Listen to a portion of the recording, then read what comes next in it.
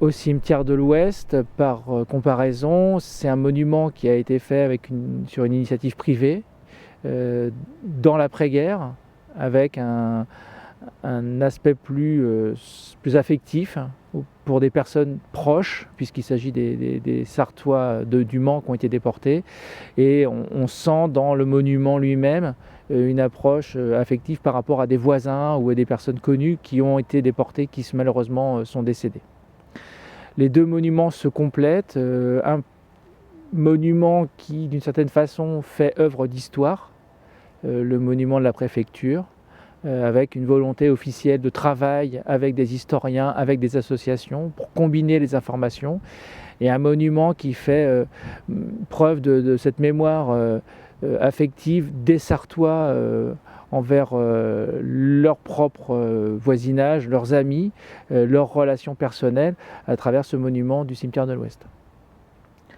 Donc c'est vraiment deux monuments différents, avec deux optiques différentes, deux façons de se remémorer, et deux façons qui sont complémentaires et qui montrent bien l'importance de la question des personnes déportées pendant la Seconde Guerre mondiale.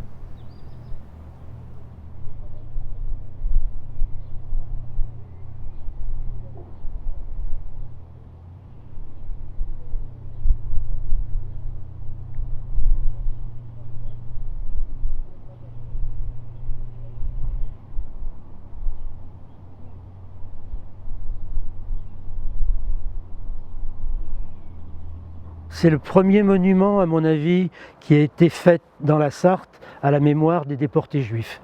Hein ?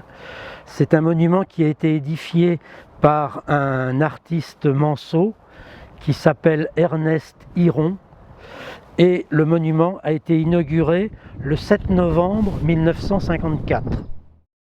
C'est pas un monument des déportés de la Sarthe, c'est un monument des déportés du Mans.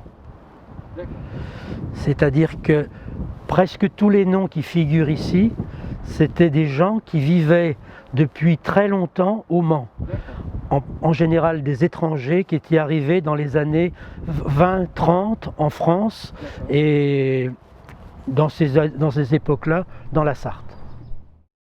C'est une logique par ordre alphabétique, et on voit qu'après il y a eu un rajout qui s'est fait après Albert Wolff.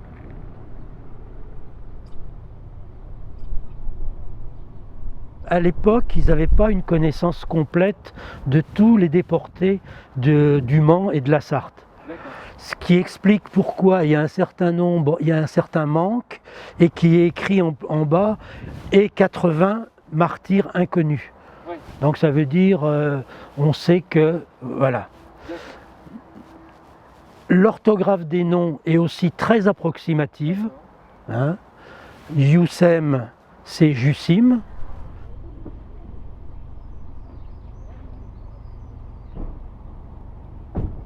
Et puis on trouve des noms que moi je n'ai jamais trouvés.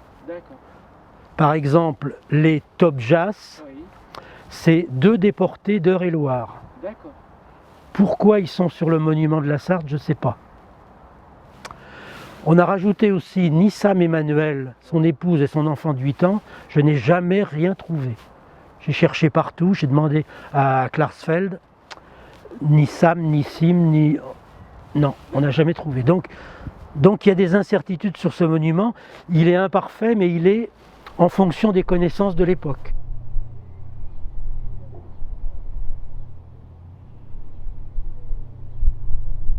Alors, il y a un nom, bien sûr, qui me marque, c'est le nom de la petite Nicole Bloch. D'ailleurs, c'est le seul nom après lequel il y a un âge. C'est sur ce monument-là le plus jeune déporté du Mans. Voilà. Et la petite Nicole Bloch, on a deux photos d'elle, dont une avec une poupée, un peu comme la petite Sylvia Jakubowicz de Tuffet. Et on a l'autre photo où elle donne la main à sa mère. La photo a été coupée. Vous voyez? Et donc c'est une petite fille qui a été déportée à l'âge de 4 ans. C'est marqué 3 ans, mais elle avait 4 ans. Et donc, elle était la fille de Roger Bloch, qui lui a été déporté par le convoi 8. Et elle a été déportée, elle, avec sa mère, par le convoi 42. Sa mère qui s'appelait Odette Bloch et qui était la secrétaire de l'UGIF au Mans.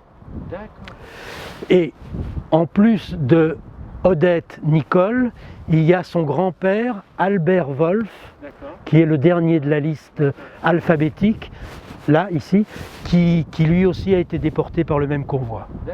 Donc dans ce convoi, il y avait le grand-père, la mère et la petite fille. La mère était française, alors que le père, Roger Bloch, lui, était polonais.